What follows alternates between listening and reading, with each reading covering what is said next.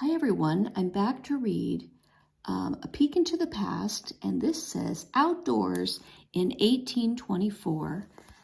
Goes to Josefina Saves the Day, A Summer Story, Book 5, Outdoors in 1824. In the 1820s, the New Mexico landscape was harsh and beautiful, just as it is today. From Josefina's home, dry, tawny hills rolled off for miles in all directions, dotted with desert bushes and scrubby pinyon trees. To the east, pine-covered mountains rose up, capped with snow in the winter, and when the mountain snow melted in spring, it flowed down in cold streams, bringing precious water to the parched land below. These streams made it possible for Indians and Spanish settlers to grow crops. The dry air was so clear that Josefina could see for 50 miles or more. The sounds carried far in the desert stillness. Most days the sky was a deep, clear blue. In late summer, huge rain clouds built up over the mountains each afternoon.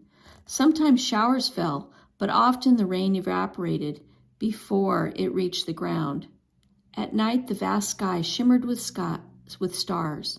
In Josefina's time, people spent much of their lives outdoors. Nearly all New Mexicans farmed, which meant long hours tending animals, fields, and gardens. Women did many household tasks outside, too, including baking and laundry. New Mexican towns and villages were built around an open square called a plaza.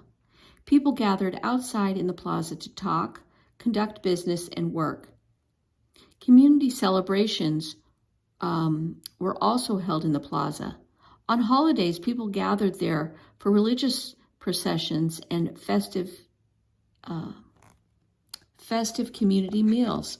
Sometimes local musicians, poets, and actors performed in the plaza too. In Josefina's time, travel was difficult and dangerous, so people did not take vacations for fun. But New Mexicans did travel for other reasons. Families traveled long distances by horse or wagon to visit relatives, especially for important events like weddings. Visits like these lasted for days and were times of great celebration.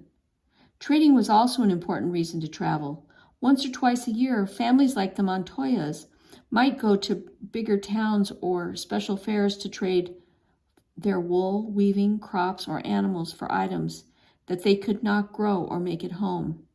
Trading trips were opportunities for families to get things they needed. And just as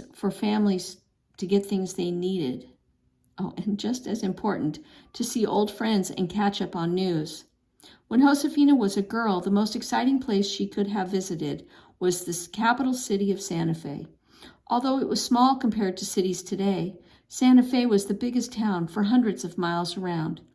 Its plaza was the most important marketplace in all of New Mexico. For visitors like Josefina, Santa Fe's plaza held marvelous sights and a fascinating mix of people. Local merchants sold fine cloth, ribbons, spices, mirrors, jewelry, shoes, books, cones of brown sugar, and much more. Pueblo Indians from nearby villages came with pottery, blankets, baskets, chilies, and other foods to trade. Bands of Indians from distant tribes such as the Comanche and the Apache might trade hides and buffalo skins. Sometimes a French trapper arrived with loads of valuable weaver pelts. And by 1824, there was a new kind of trader in the plaza. American men bringing wagon trains full of goods from the United States. Just think of the many languages Josefina might have heard in the plaza all at once. Spanish, French, Comanche, Apache, Pueblo Indian languages, and English. American trade in Santa Fe began in the autumn of 1821, just after Mexico had won its independence from Spain. For the first time, foreign traders were allowed to do business in New Mexico.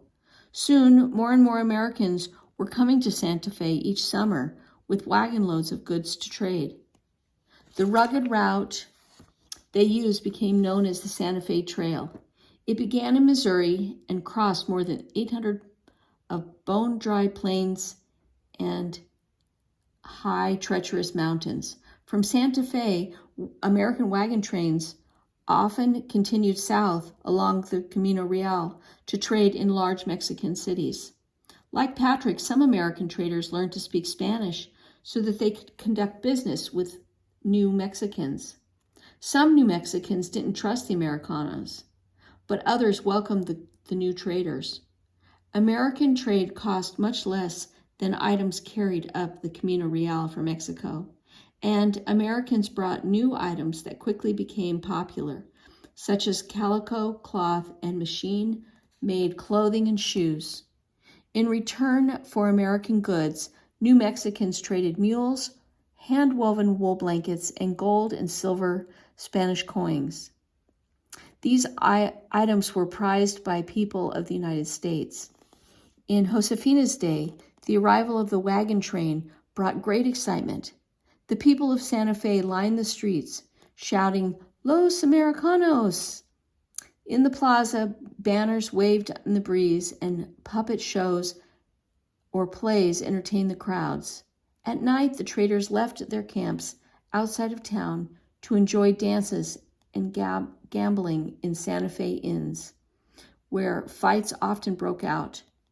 No proper girl or young woman went outside her home without an adult or a servant to accompany her.